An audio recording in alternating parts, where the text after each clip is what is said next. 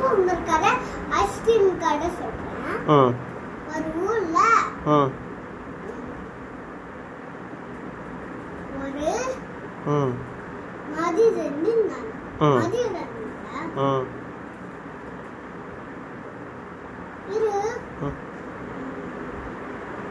நான் ஐஸ்கிரீம் கடை சொல்றேன். ஒரு ஊர்ல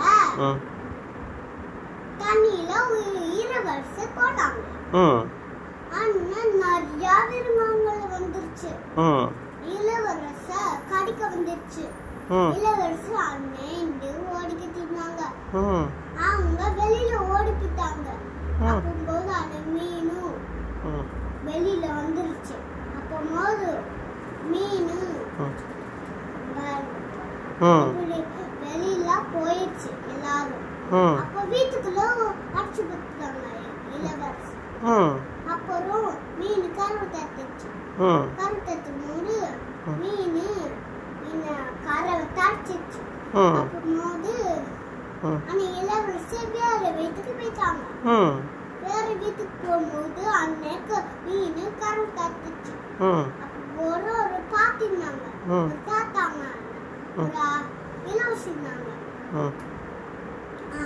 அப்புறம் அம்மா இருந்தாங்க, அப்பா இருந்தாங்க, தம்பி இருந்தாங்க, அப்புறம் அக்கா இருந்தாங்க, பேபி இருந்தாங்க, அப்புறம் குட்டி பாப்பா எல்லாமே இருந்தாங்க.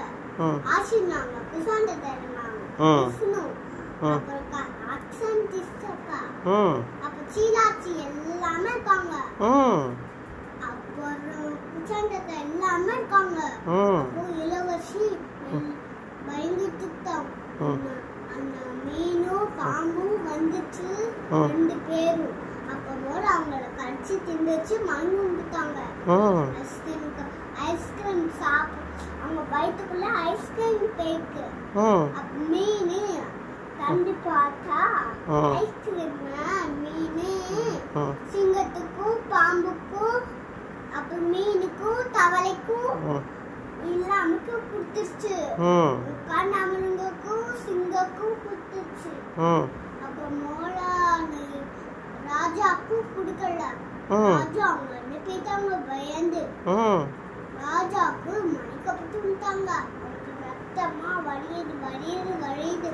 ஒரு ராஜா ஒரு மதித வந்து பார்த்தாங்க. செத்து பொங்கல தொடக்கூடாது. தொட்டு கண்ணில ரத்தம் தொடச்சு தேங்காய் போட்டு ஆஸ்பத்திரிக்கு கூட்டு பண்ணாங்க. சாப்பிடறதுக்கு எல்லாம் அப்படிலாம் செய்யணும், நாங்க போயிட்டு வரோம் அப்படின்னு சொல்லிட்டு போயிட்டாங்க.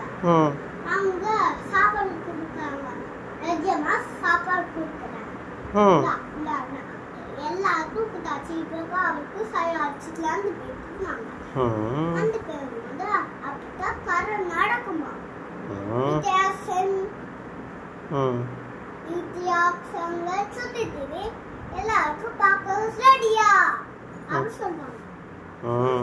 இப்போ